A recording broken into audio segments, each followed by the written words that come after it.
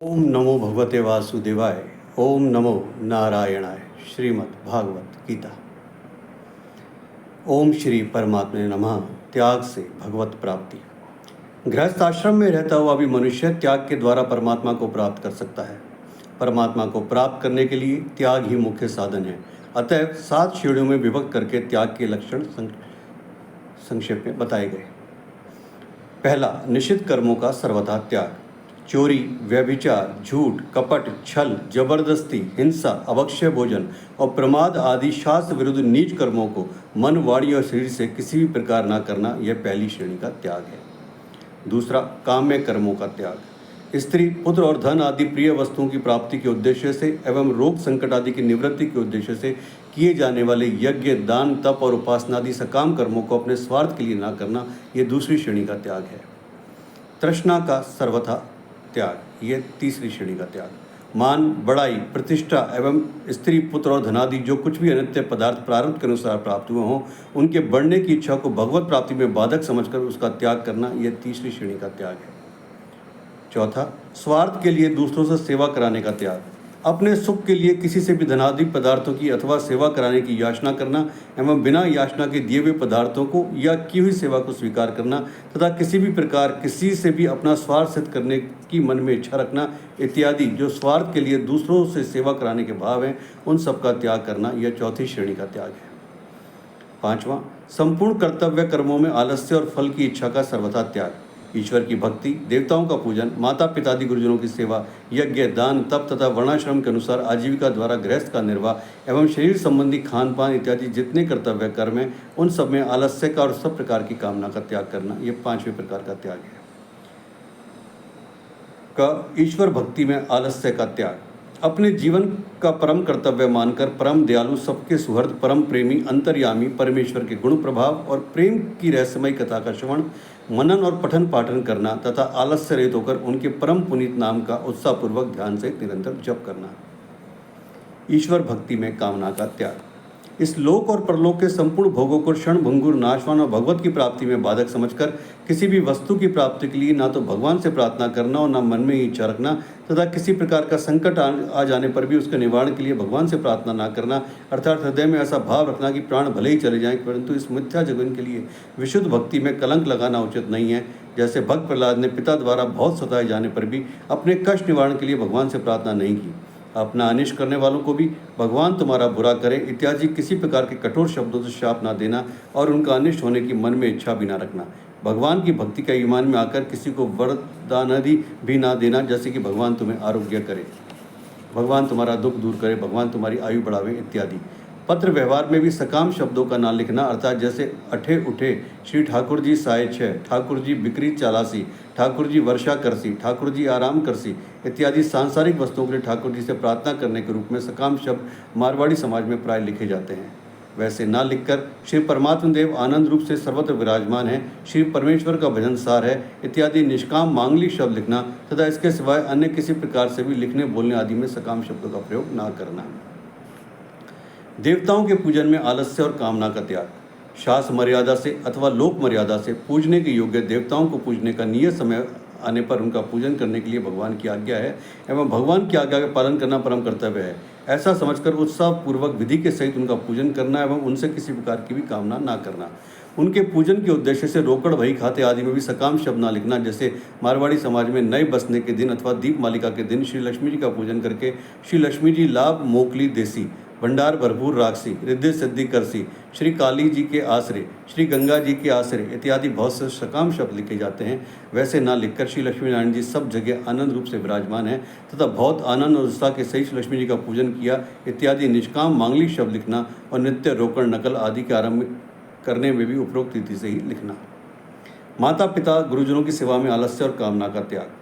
माता पिता, आचार्य और भी जो पूजनीय वर्ण, आश्रम, अवस्था और गुणों में किसी प्रकार भी अपने से बड़े हों, उन सबकी सब प्रकार से नित्य सेवा करना और उनको नित्य प्रणाम करना मनुष्य का परम कर्तव्य है। इस भाव को हृदय में रखते हुए आलस्य का सर्वथा त्याग करके निष्काम भाव से उत्साहपूर्वक भगवत अनुसार उनकी सेवा करने में तत्पर रहना। यज्ञ, दान और तप आदि शुभ कर्मों में आलस्य और कामना का त्याग। पंच महायज्ञादि नित्य कर्म एवं अनन्य नैमितिक कर्मरूप यज्ञादि का करना तथा अन्न, वस्त्र, विद्या, औषध और धनाजी पदार्थों के दान द्वारा संपूर्ण जीवों को यथा योग्य सुख पहुंचाने के लिए मन, वाणी और शरीर से अपनी शक्ति के अनुसार चेष्टा करना तथा अपने धर्म का पालन करने के लिए हर प्रकार से कष्ट सहन करना इत्यादि शास्त्र विहित कर्मों में इस लोक और परलोक के संपूर्ण भोगों की कामना का सर्वथा त्याग करके एवं अपना परम कर्तव्य मानकर श्रद्धा सहित उत्साहपूर्वक भगवद्गीता के अनुसार केवल भगवत दर्श ही उनका आचरण करना। आजीविका द्वारा गृहस्थ निर्वाह के उपयुक्त कर्मों में आलस्य और कामना का त्याग। आजीविका के कर्म जैसे वैश्य के लिए कृषि, गौरस्य और वाणिज्य आदि कहे हैं, वैसे ही जो अपने अपने वर्ण आश्रम के अनुसार शास्त्रों में विधान किए गए उन सबके पालन द्वारा संसार का हित करते हुए ही गृहस्थ का निर्वाह करने के लिए भगवान की आज्ञा है। इसलिए अपना कर्तव्य मानकर लाभ हानि को समान समझते हुए सब प्रकार की कामनाओं का त्याग करके उत्साहपूर्वक उपयुक्त कर्मों को करना। शरीर संबंधी कर्मों में आलस्य और कामना का त्याग। शरीर निर्वाह के लिए शास्त्रोक्त रीति से भोजन, वस्त्र और औषधादि के सेवन रूप जो शरीर संबंधी कर्म है उनमें सब प्रकार के भोग विलासों की कामना का त्याग करके सुख, दुख, लाभ, हानि, जीवन, मरण आदि को समान समझकर केवल भगवत प्राप्ति के लिए योग्यता के अनुसार उनका आचरण करना। पूर्वोक्त 4 श्रेणियों के त्याग सहित इस 5वीं श्रेणी के त्याग अनुसार संपूर्ण दोषों का और सब प्रकार की कामनाओं का नाश होकर केवल एक भगवत प्राप्ति की तीव्र इच्छा का होना और ज्ञान की पहली भूमिका में परिपक्व अवस्था को प्राप्त हुए पुरुष के लक्षण समझने चाहिए। संसार के संपूर्ण पदार्थों में और कर्मों में ममता और आसक्ति का सर्वथा त्याग। धन, भवन और वस्त्रादि संपूर्ण वस्तुएं तथा स्त्री, पुत्र और मित्रादि संपूर्ण बांधवजन एवं मान, बड़ाई और प्रतिष्ठा आदि इस लोक के और परलोक के जितने विषय भोग रूप पदार्थ हैं उन सबको क्षणभंगुर और नाशवान होने के कारण अनित्य समझकर उनमें ममता और आसक्ति का ना रहना तथा केवल एक सच्चिदानंद में परमात्मा में ही अनन्य भाव से विशुद्ध प्रेम होने के कारण मन, वाणी और शरीर द्वारा होने वाली संपूर्ण क्रियाओं में और शरीर में भी ममता और आसक्ति का सर्वथा अभाव हो जाना, यह 6ठी श्रेणी का त्याग है। उक्त 6ठी श्रेणी के त्याग को प्राप्त हुए पुरुषों का संसार के संपूर्ण पदार्थों में वैराग्य होकर केवल एक परम प्रेम में भगवान में ही अनन्य प्रेम हो जाता है। इसलिए उनको भगवान के गुण, प्रभाव और रहस्य से भरी हुई विशुद्ध प्रेम के विषय की कथाओं का सुनना, सुनाना और मनन करना तथा एकांत देश में रहकर निरंतर भगवान का भजन, ध्यान और शास्त्रों के मर्म का विचार करना ही प्रिय लगता है। विषयासक्त मनुष्य में रहकर हास्य, विलास, प्रमाद, नित्य, विषय भोग और व्यर्थ वार्तादि में अपने अमूल्य का समय का एक क्षण भी बिताना अच्छा नहीं लगता एवं उनके द्वारा संपूर्ण कर्तव्य कर्म भगवान के स्वरूप और नाम का मनन करते रहते हुए बिना आसक्ति के प्रदान कर भगवत होते हैं। इस प्रकार संपूर्ण पदार्थों में और कर्मों में ममता और आसक्ति का त्याग होकर केवल एक सच्चिदानंद घन परमात्मा में ही विशुद्ध प्रेम का होना ज्ञान की दूसरी भूमिका में परिपक्व अवस्थात्व को प्राप्त हुए पुरुष के लक्षण समझने चाहिए। संसार, शरीर और संपूर्ण कर्मों में सूक्ष्म वासना और अहम भाव का सर्वथा त्याग।